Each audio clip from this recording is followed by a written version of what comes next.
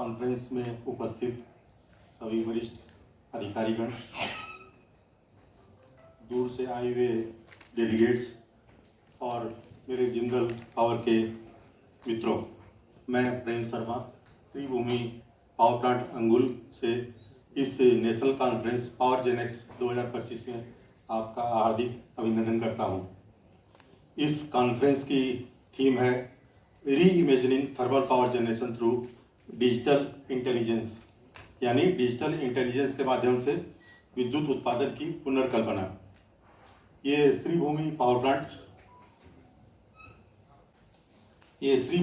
Plant Orissa के अंगुल district में माली ब्राह्मणी गांव में आता है। 2023 में जिंदल स्टील एंड पावर ने इस प्लांट का अधिग्रहण किया। अगली स्लाइड में हम दिखाएंगे कि जिस समय इस प्लांट का अधिग्रहण हुआ था, ये प्लांट की क्या सिचुएशन थी, और इसी प्लांट का C&I सिस्टम को रिवाइवल और रिलायबिलिटी इंप्रूव की जिम्मेदारी हम JPL को बड़े विश्वास के साथ में दी गई थी।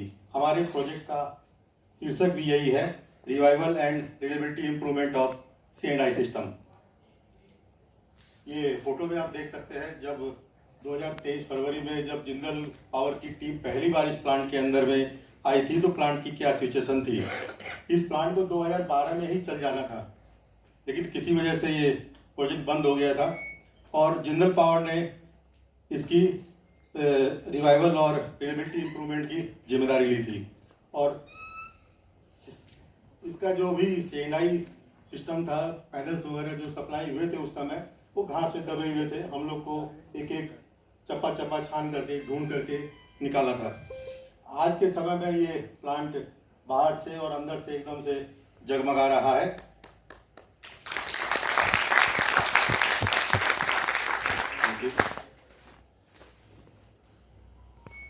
इस प्लांट में 2025 मेगावाट की 2 यूनिटें हैं।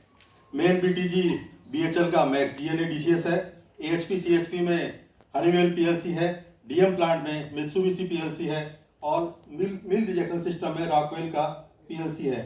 जब हमें ये प्लांट मिला था, मैक्स DNA DCS के पैनल 10-12 साल पहले ही सप्लाई हो चुके थे। जहां ये स्टोर किए गए थे, स्टोर की छत टूट चुकी थी, पैनल्स में पानी घुस रहा था, पैनल्स के अंदर कीड़े मकोड़ों का घर था, जिसको हमने cost optimization, resource utilization, innovative thinking और टाइम मैनेजमेंट के मानकों के साथ पूरा रिवाइव किया।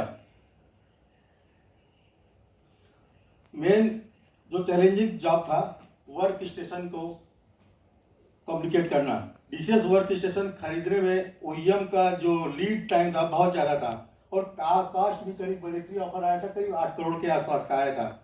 हमने अपने रजिस्टर्ड लोकल वेंडर से संपर्क किया और मैचिंग सॉफ्टवेयर का हार्डवेयर कुछ खरीदे और एक वर्क स्टेशन में हमने ट्रायल इम्प्लीमेंटेशन किया और जब हम सक्सेस हुए तो 1 by 1 करके करीब 39 वर्क स्टेशन को हम लोग कमीशन कर पाए। इससे कुछ मॉनिटरिंग बेनिफिट भी हमें हुआ, 7.23 करोड़। इसको भी हम लोगों ने मैनेजमेंट को बताया।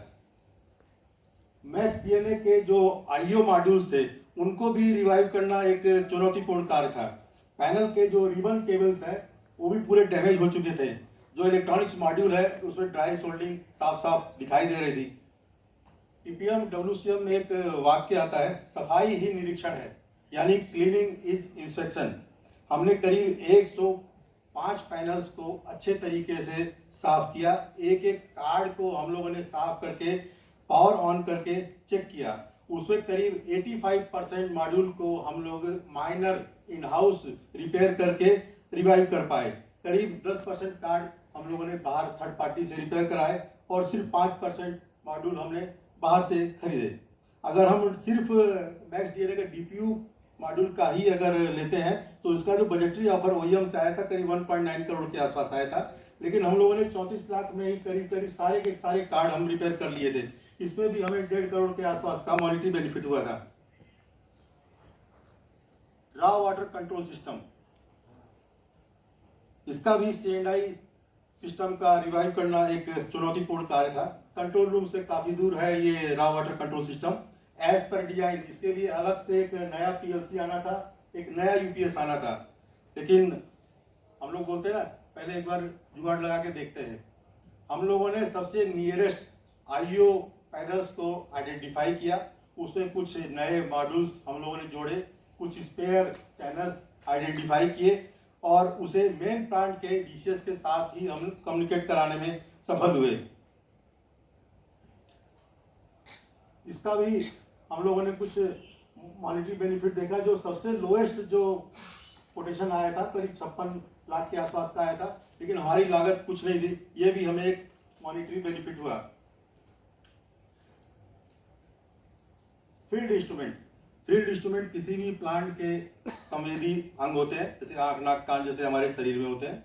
एक माल फंक्शन यानी कि एक ट्रिपिंग या फिर हमारे जनरेशन में डिले, अनगिनत मॉडिफिकेशन में कुछ इस प्रकार से हम दिखा रहे हैं। एचपी आईपी जो कंट्रोल वाल्व का फीडबैक मैकेनिज्म हंटिंग कर रहा था, इसको हम लोगों ने अपग्रेडेड एलवीडीटी से अपग्रेड किया। लेवल स्विचेस को लेवल ट्रांसमीटर से रिप्लेस किया, प्रेशर स्विचेस की जगह पर प्रेशर ट्रांसमीटर्स लगाए और जो न्यूमेटिक पोजिशनर थे उसको हमने स्मार्ट पोजिशनर से रिप्लेस किया। जैसे जैसे हम प्लांट को कमीशन करते गए, नई नई समस्याएं हमारे सामने आती गई। उसमें से एक मेन समस्या थी सीएचपी के कन्वेयर 2A2B का गियर बॉक्स का होल्ड बैक टेम्परेचर का बढ़ना, यहाँ का टेम्परेचर। इसके लिए हम लोगों ने ब्रेन स्टार्मिंग किया और मैनेजमेंट को एक नया इक्विपमेंट इंट्रोड्यूस करने का सुझाव दिया कि हम एक फोर्स लुब्रिकेशन सिस्टम लगाते हैं। मैनेजमेंट ने ओईएम से कंसल्ट करके इसको मान लिया और जल्दी से हमारा एक फोर्स लुब्रिकेशन सिस्टम भी आ गया। C&I डिपार्टमेंट ने इस फोर्स लुब्रिकेशन सिस्टम को CHP के PLC के साथ हुकअप कर दिया और इसका ऑटोमेशन भी कर दिया। अब हमारा पहली यूनिट पूरा कंप्लीट रेडी है, सारे पैरामीटर विद इन रेंज है। हम CTO का वेट कर रहे हैं, जैसे ही CTO आएगा 525 मेगावाट हम स्क्रीन पे दिखा देंगे।